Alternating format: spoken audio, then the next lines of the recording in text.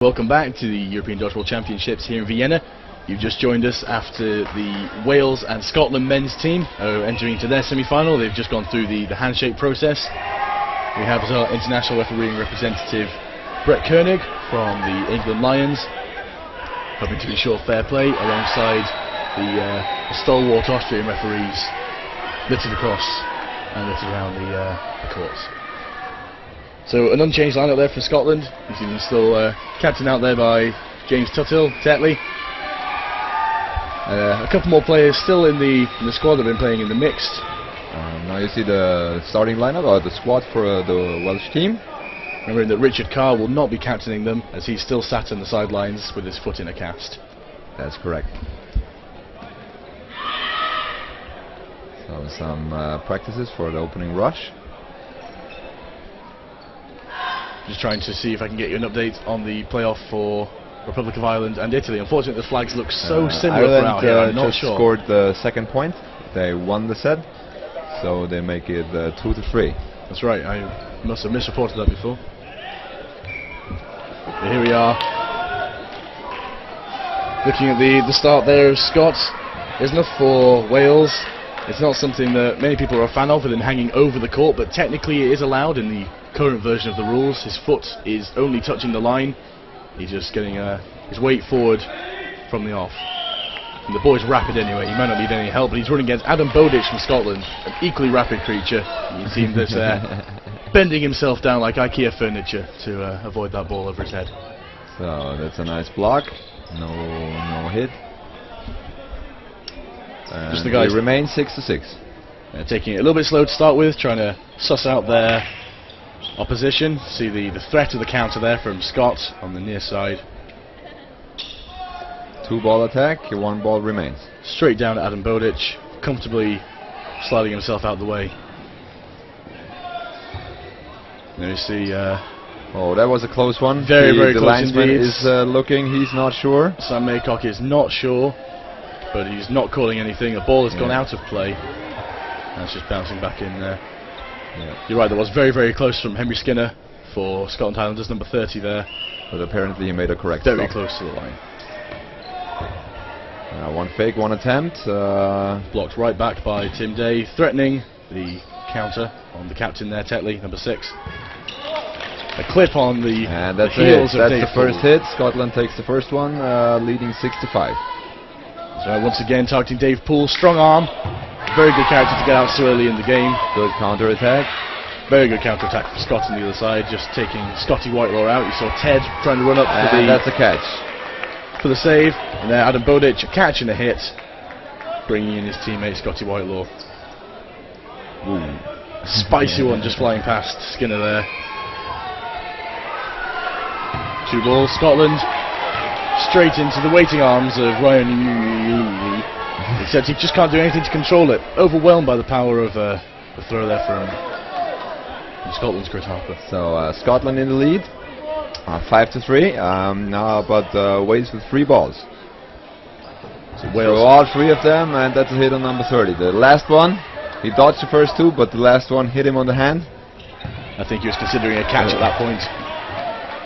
But doesn't matter. They eliminate another Welsh player. So that's Spike Allenson there, 42, leaving the Welsh ranks, leaving ex-teammates Lewis Brimmel and Scott. There's enough to fight it out together. Catching Tetley completely by surprise. He's going to have a bit of a think to himself. He's not going to be happy with that at all. Brimmel there putting the pressure on against Ted. Scotland as Ted backs off with his mighty calves. So very close one. I think those balls may have touched in the air. It appears that way. Once again, 2 balls Scotland on the offensive, shutting down Scott before he could complete that counter. There is a ball off the court on that side. You see it bouncing in now. But the play hasn't stopped. And a catch. Wonderful catch from Lewis Brimmel. Chris Harper there from Scotland getting a little too wound up. Those balls bounced perhaps before they touched him? No. They were both hits, and then we have a 1-1 situation. Third ball is bring back on court. He's going to the Wales side. This is Ted Dumbrell of Scotland and his calves against Lewis Brimmel of Wales. We think Britt will be the strongest thrower and catcher, but here Ted, fantastic counter. He's going to be so pleased with himself for that. But he really needed the speed to come across the court, forcing the Welsh player to move backwards. And with moving backwards, he wasn't able to make a good stand, go for the catch, and he had to make the catch in movement. And that was too hard for him, so he didn't complete that and went out. Ted there throwing it just on the offside of Lewis Brimble, forcing him to stretch for the catch, like you say. He's no match for the calves of the mighty Dumbrell. Wales coming into this game today feeling quite confident, having seen Scotland's performance yesterday was a little subdued, to say the least. Well, I would consider Scotland like the Argentinian football team. They will play the best game in their last match. Yes. Yeah. There we go, good honesty there from Dave Poole. Bit of confusion, but the ball does clip him as three sail over that far corner of the Wales line. Dave Poole admitting the hit. So Wales countering, they have 3 balls, and then Ryan Neely, number 99, holding that one. There's a defensive distraction. Harper is trying to go in for the outside attacker of the Welsh team. He's trying to switching in, letting Henry Skinner on the outside to off. Chris Harper, last that is decision call, unforgivable. You really need to pay attention. Tim Day, well known for that sort of thing. Scotty Whitelaw thought he could get it. Ted making the right decision there to dodge to the side instead of lining up for the catch.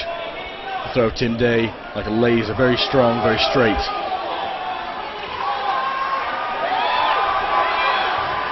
Three balls from Wales. Just across the bow of Ted. And I think they've caught his shoulder.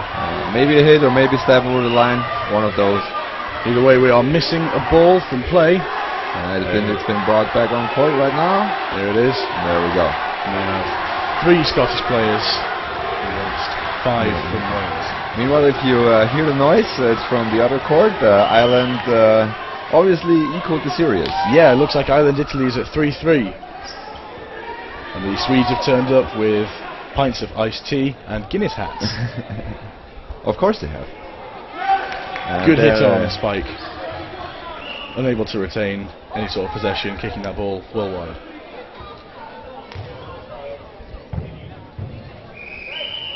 Wales with 2. Looking to attack Henry Skinner there, subduing the counter. Chris Harper, while off court, rolling the ball back to the Wales team. Again, trying to force them to make their plays. So again, the Scottish also choose to roll if there's just one player down. They do. Fantastic hit there. Scott Inoue definitely hit. There's a possibility that ball bounced before it hit Henry Skinner. But the Scottish player could not be out because if it was a hit there, it was clearly safe afterwards. So that's not to discuss. That's the difficulty there with the rules. After the player is hit, the ball that they threw has gone dead. Right. Which is not always clear in the heat of the moment.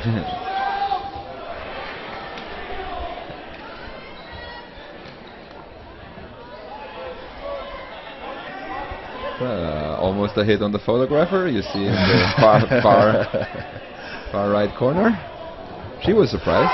Unlucky there for Henry Skinner.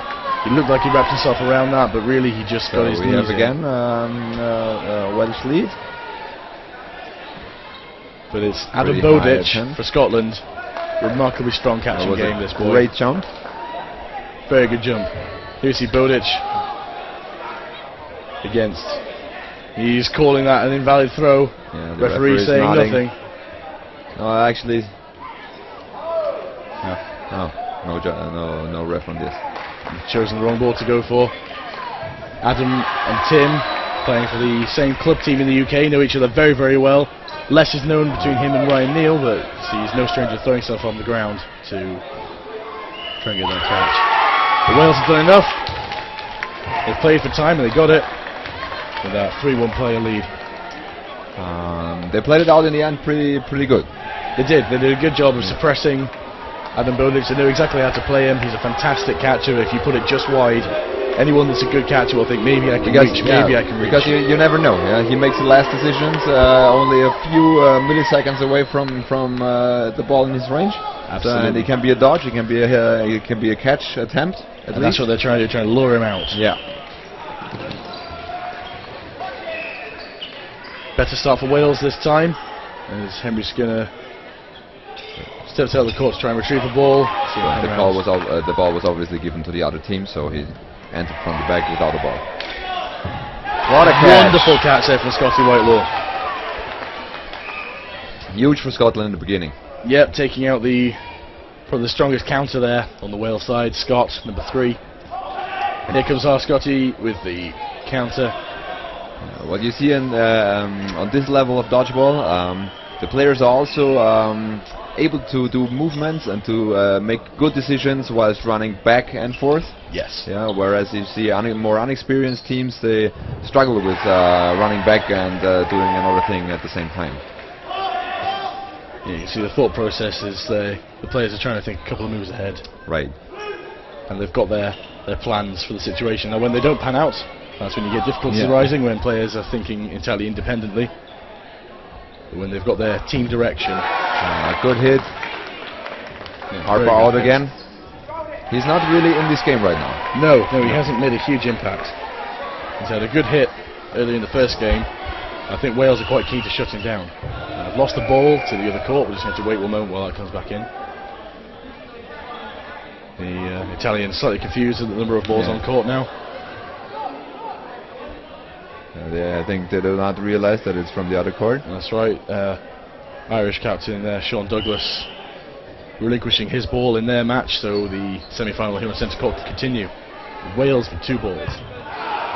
Another misjudged jump there from Wow, that's a close one. He slided towards the back line, and the other player saved him from stepping off. What a catch! A catch there from and a hit. Henry Skinner. Harper comes back on. And we lose Scotty Whitelaw on the Scottish side. Two throw attempt. We now have a 1-player lead on the Scotland side, but 3 balls. And there is the hit on number 30. There is the hit number 30. Again, going for that squashed, crouching dodge. It's rarely enough. So 3 against 3. Pretty close again. 2-ball attempt on the middle player. Scotland targeting the middle player, mostly for his strong throw, and the other 2 comparatively much better at catching. Right. Again on the middle player, and now it works. There it is. It's Scotland leading by 1 player, hitting out the big cannon for Wales, Tim Day. So 2-ball attack, but a catch.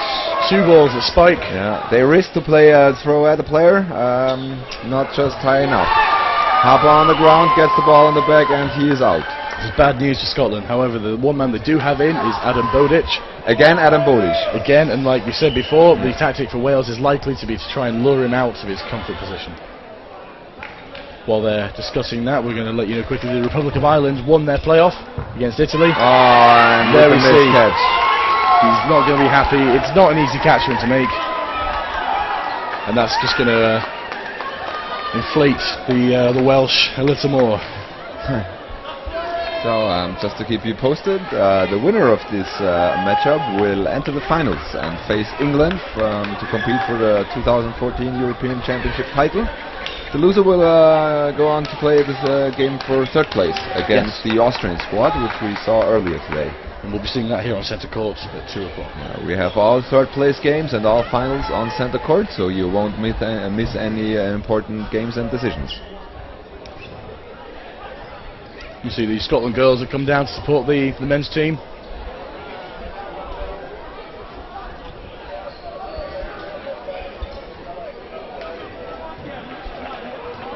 Over on the Wales side, England referee in this situation, Sam Maycock, having a quick word with David Poole.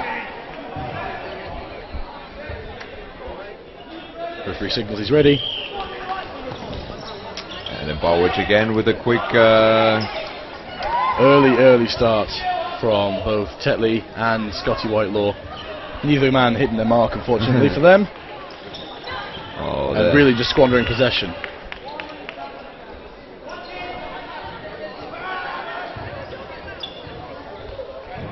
Two balls again with Scotland. Chris Harper, Adam Bowditch. Oh, he tried to make a cross, but it was it wasn't really strong at all. It wasn't, and Spike was lucky to see it in time. He did just pike it up in the air a little bit, give him a little more time to secure the catch. But completely successful. So Chris Harper takes a brief walk. Number 30 stepped off the line. The lineman is calling out for the ref. Ref hasn't noticed yet. She's trying to talk to the player. There we go, the referee's been signalled. And now he got told, and now he has to step off court. So there won't be through any disrespect, but anyone on the side of the court shouting at the player, there's every chance the player can't hear him, so signalling the ref is the thing to do. Ted there slightly distracted after his dodge, just checking his lines. Wales had the chance to get the third ball in. You see a little bit of different Wales a step ahead in front of the back line. Scotland really close, so they risk to step over it. They do, they're very close indeed. High. You're going to see a counter, Scotty hold. But on the other side, you have to remember the men's divisions. There's quite speed involved. So very quick these days. The throws are getting really hard, and you try to maximize the distance between you and the dodgeball because they come.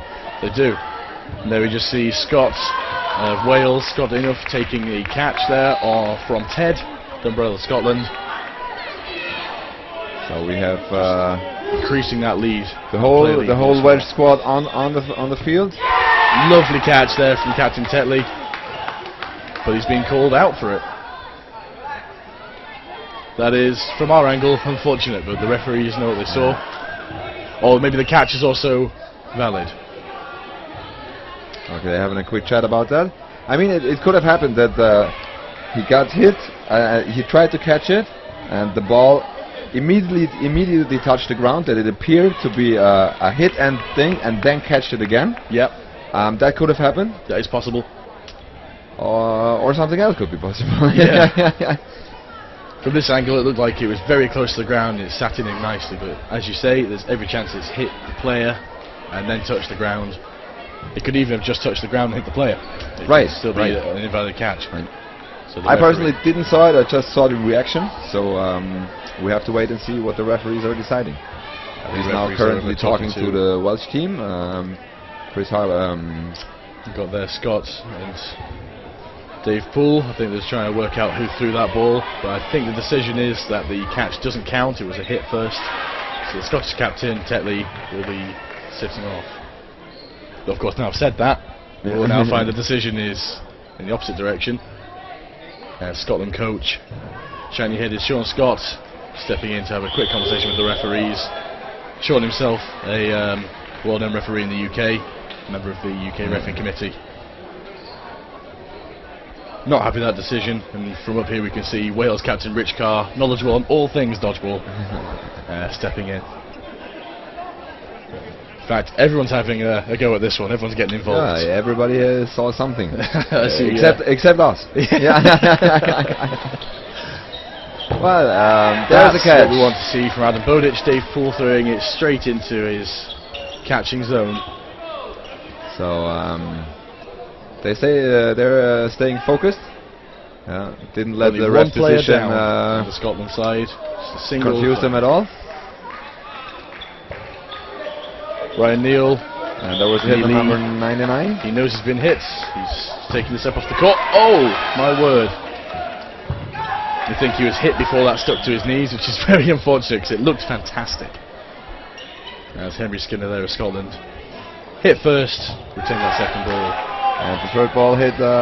Scotland return there at Tim Day, number 88, their big cannon. Scotland now really need to try and keep these throws away from the hands of the Wales players. He shouldn't have missed that one. The Welsh player did not get back as fast as possible, and he took the advantage of it, but missed it quite a lot. He did, but the whistle's blown at the end of time, or the end of the game, and Scotland are going to take this one, having won that by just a single player. Very close game indeed, and very close match. So it's 2-2. Either players are... Never seen that replay again of the catch, or the non-catch from Tuthill, from Tetley. No doubt a few of us are watching that again. There we are, Darren Skilton, Alex Harrison with England Lions. Hello. Relaxing in those deck chairs, alright lads. Slightly in a different mood to the actual players that we see right now. Yeah, I think they can smile when they're not wearing England kit. Yeah. I think that's the rule. Those two firm friends, they play on the same club team in the UK as well. So 3 balls for Scotland. Quick release. Ooh. Way off from Harper. Very, very way off. Put some spin on there, trying to curl it across. Difficult to track and catch, but way too much. Usually at the sacrifice of speed. No such sacrifice from Scott. That ball was rapid. Safe 1-ball attack.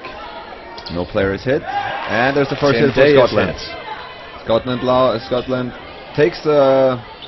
It's an early lead, and it does mean any catch that Wales make, and it is likely, will bring in Tim Day. Very, very strong arm for Wales, and bringing him back in with a fresh arm is going to give him renewed strength later on in this game. Counter attack number 10, very close on the line. Again, they're using the full court size. Haven't seen a team like them in the group stages. No, battering up and down. You see Chris Harper, chest pass again. That's off his foot. He wants the catch. But there's the catch. Makes the block. You see the team running in for the save there. Yeah, but he told his teammates, step aside, don't make the save. I can make a catch. I got this. And he got a player out. Yep. An element of skill, but a strong element of luck involved in that one as well. He's come off very fortunate in that one, as Chris. So Scotland seems to take the flow from the just one set, number 4, into set number 5. Dave Poole again, not quite paying attention, just gets caught on his foot. Just lifts his leg in the dodge. You said before, it's not easy in the corner dodging. You only have one direction to go. Right. Great dodge. Counter attack. With the no counter fake attack. counter. Dummies that before swaggering back to the centre of court. It looks like a hit on Henry Skinner. He's toe cramp again. Yeah, he's leaving. He knows it. The boy just needs some salt.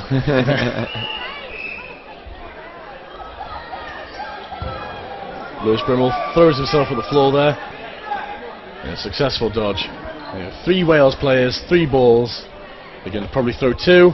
All 3 this time. All 3, and one straight at the chest of Ted. Ted, well known, he will often jump in a dodge. I think the Wales team have noticed Maybe this. Ted also expected just 2 thrown balls and took the jump. Good thinking from the Welsh team. Very good. They've adapted well. This time the save instead. That's good fortune there for Ryan Lee of Wales. He just takes one right in the face. Double hit. Scotland will be chuffed with that. They're just extending their player lead. Yeah, just asking the ref for the time, how much time is left. I assume it's 23 seconds. Okay. Yeah. I like that. I'll start the clock and see how close we get.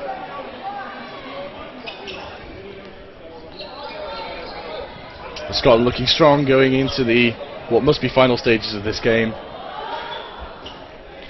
Still, a single catch could change it right round and level those players up. You see a two-player advantage. Scotland plays this really safe. They do not want to give a catch away at all. 1 ball, and in the process Harper gets hit and brings back the chance for Wales. 3 balls for Scotland against 2 players. Going to be going at Scott. They hit Brimble.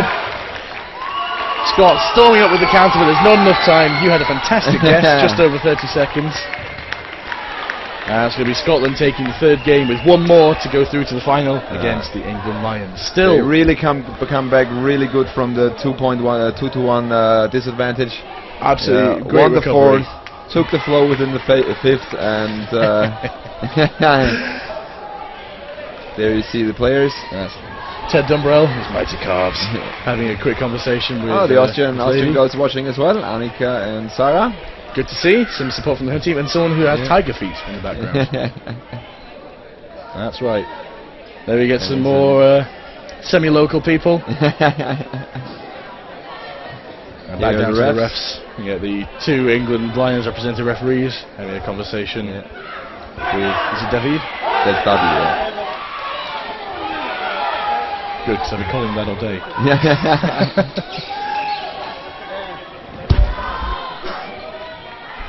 So, Scotland on the line preparing. Adam Bowditch there, just folding out his ears to maximum heat loss. Much like an elephant. And Henry Skinner hoiking his shorts, as we see lots of players do. Yeah, it's a common thing. There's oh yes.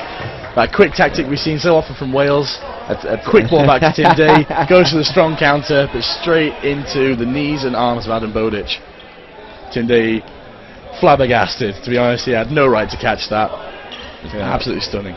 So at some point it gets a mental game as well, because Wales is doing everything, but Adam Bodic, he just sucked it up like a Dyson. Yeah. Well, you put everything you have in your throws, and there's still some guy on the other side who just catches it. That's at some point devastating. Also, other vacuum cleaners. So Scotland is with the advantage. 2-ball attack. Slightly slowed down by that pre-throw, but Scotland through anyway. Third ball on court again. This end is going on. No save for Chris Harper. I think he got hit by both balls, so there may well have been no save anyway. Scotland on the offensive too. Oh, it looked like a catch, but he didn't have control of the ball before getting hit by the other player, so the catch will not count for Wales. Wonderful play there. Great cover from the second throw from Scotland. A crucial moment for the Welsh team. Crucial moment, and the catch. And there's the catch.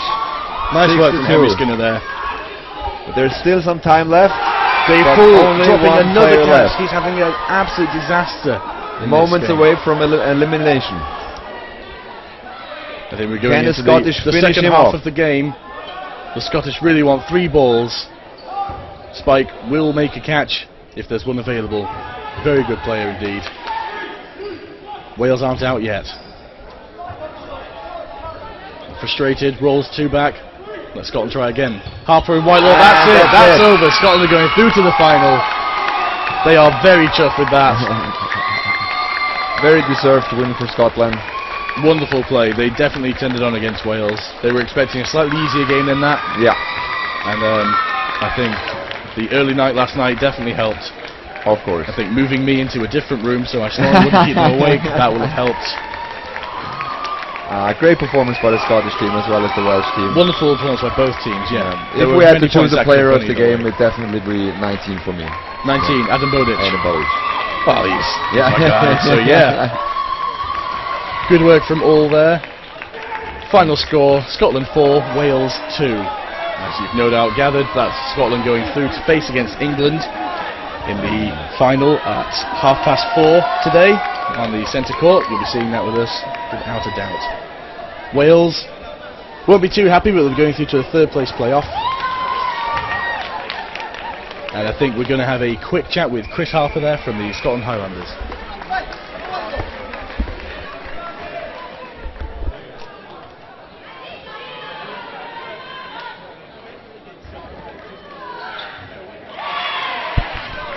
Okay, so you're in the finals now, and your team was 1 point down, and then you still managed to win the game. How did you do that? Well, I think it was basically the performance yesterday where we played Wales, and they absolutely spanked us. So we thought we needed to change something. We made a few movements within the team. We had a nice long sleep and a nice chat about it too, and then we came on court. We're here to win, and that's exactly what we're going to do today. In the finals, you're playing against England, which is a pretty strong dodgeball nation. How do you plan to win against them? Well, we know the England team very well. We've come up against them previously in the European Championships. So I think we're going to have a nice long debrief, and we're going to come up with some tactics, how we're going to take down the team. But that's all I can really say. I can't really give you the tactics right now in case anybody says the England team. And how is your team going mentally to prepare for the finals? Well, I think we're just going to go, have a nice chat outside, and then maybe we're going to put our headphones in and just relax, get ourselves mentally prepared, have a nice long warm-up, and then we're going to come on court and we're just going to go 110%. Yeah, thank you for the interview and good luck for the finals.